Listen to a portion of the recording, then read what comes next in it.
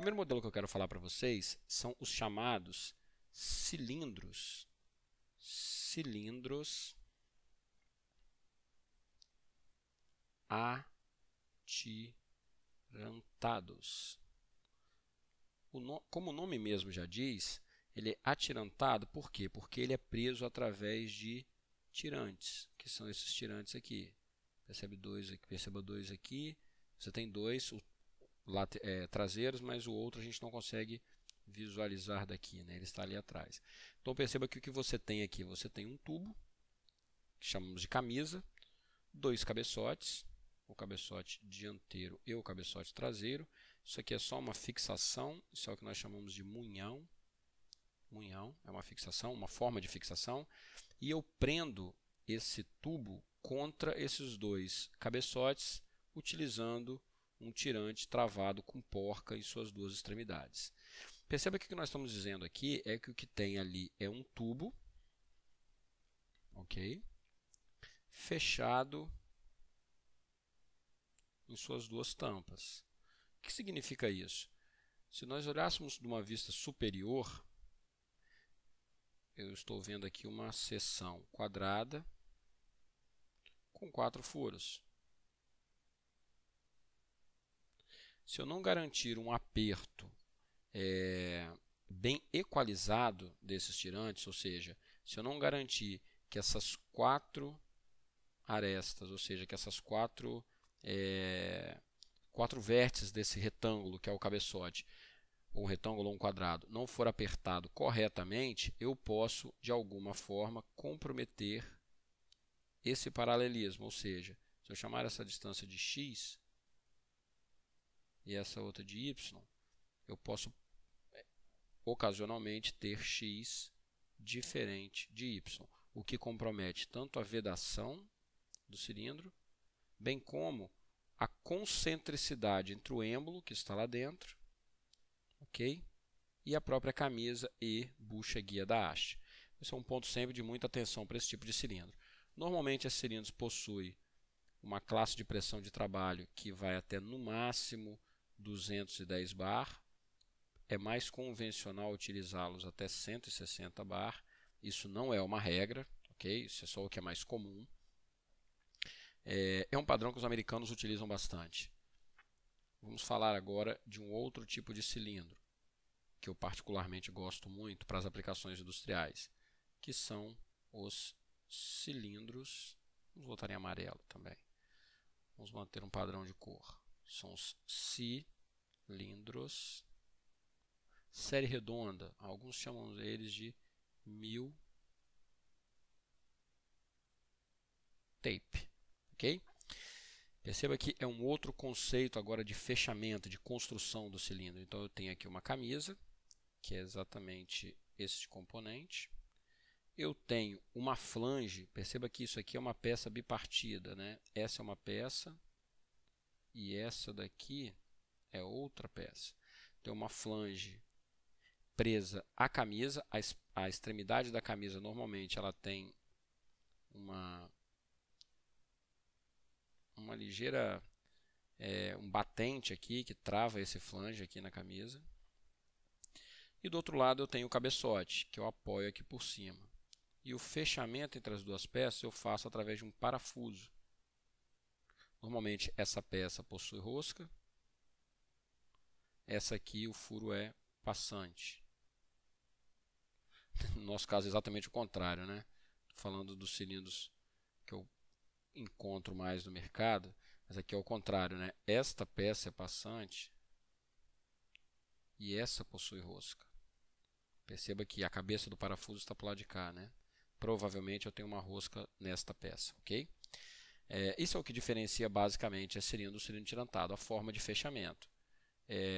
Isso implica também num aumento da tolerância desse cilindro à pressão. Então, esse cilindro eu consigo trabalhar normalmente com pressões de até 280 bar, sendo que o mais comum é utilizarmos em torno de 250.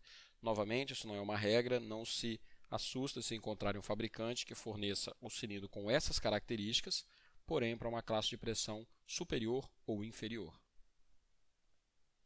Uma outra forma construtiva de cilindro, muito utilizado no mercado mobil, ou seja, máquinas como retroescavadeira, empilhadeira, são cilindros soldados. Perceba no cabeçote traseiro aqui que o cabeçote, que é essa peça, ela está soldada na camisa. Está um pouco distante, mas acredita em mim, isso é uma solda. Então ela está soldada na camisa. Aqui na frente você percebe uma construção parecida com dos cilindros Mill-Type. Ok? Eu tenho aqui provavelmente uma rosca, esse furo é passante, esse parafuso está prendendo esta flange contra esta flange. Mas eu poderia também ter aqui a mesma construção que eu tenho lá atrás, simplesmente solda. E eu não teria essa concepção aqui. Uma outra forma de ver também cilindros soldados é eu ter o fundo do cilindro soldado e o cabeçote dianteiro, eu tenho na camisa uma rosca aqui e o cabeçote ele é roscado. Também muito utilizado na indústria mobil. Ele é roscado no cabeçote. Então eu entro com ele aqui, enroscando ele aqui, né? Ok? Não são cilindros muito utilizados, tão pouco aconselháveis para a área industrial. E temos alguns cilindros que nós podemos chamar de cilindros especiais, cilindros que eles são cilindros muito mais específicos para uma determinada aplicação.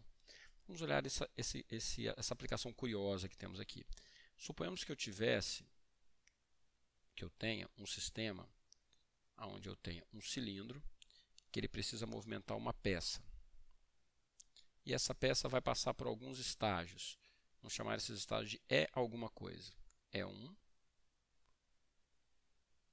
e E2.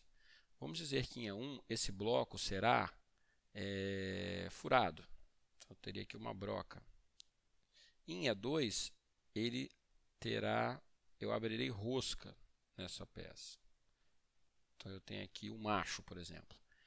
Como eu faço para garantir que este bloco está na posição E1 para permitir que esse comando entre fure no lugar correto, imagina se fosse um bloco de motor, por exemplo, e garantir que agora ele está em E2 e eu posso abrir rosca, né? Vamos imaginar se estivéssemos olhando uma vista superior. Imagina que eu tenho aqui, eu estou olhando aqui o nosso bloco,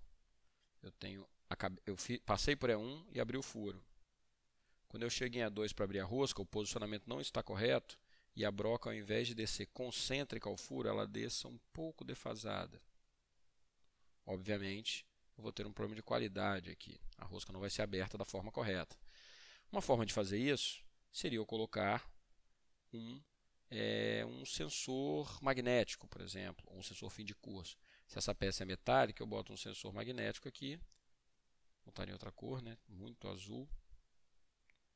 Eu boto aqui um sensor magnético e ele vai ler quando eu estiver em E1 ou em E2. Porém, o sensor magnético ele não é uma medição tão precisa assim.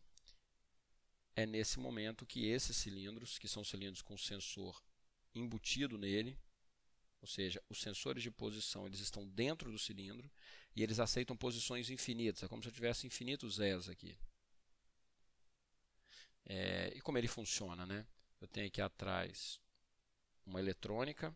Esta eletrônica emite um pulso ao longo dessa haste. Ela está fixa, pois ela está presa no cabeçote traseiro, porém o êmbolo do cilindro, junto com a haste, se movimenta. Okay? E eu tenho preso a essa haste um ímã. Perceba que existe um ímã aqui. Então, quando essa onda encontra esse ímã, o campo magnético do mesmo reflete parte da onda. E esse tempo de reflexão diz para a eletrônica aonde esse ímã está. Como a peça, no nosso caso o bloco, está presa na ponta da haste, se eu sei onde o ímã está, eu sei onde a peça está. Então eu garanto maior precisão nas etapas E1 e E2. Ok? E uma outra forma especial construtiva de cilindros, uma outra assim, é bem específica. De novo, né, você tem uma infinidade de formas de produzir, de fabricar os cilindros e como eles são aplicados. Eu tenho um cilindro aqui que eu tenho preso a ele acumuladores de pressão, uma servoválvula, que é um componente extremamente preciso, sensores, ou seja, tudo num cilindro hidráulico. Então, quando o assunto é de cilindros hidráulicos, o céu, ou melhor, a aplicação é o limite.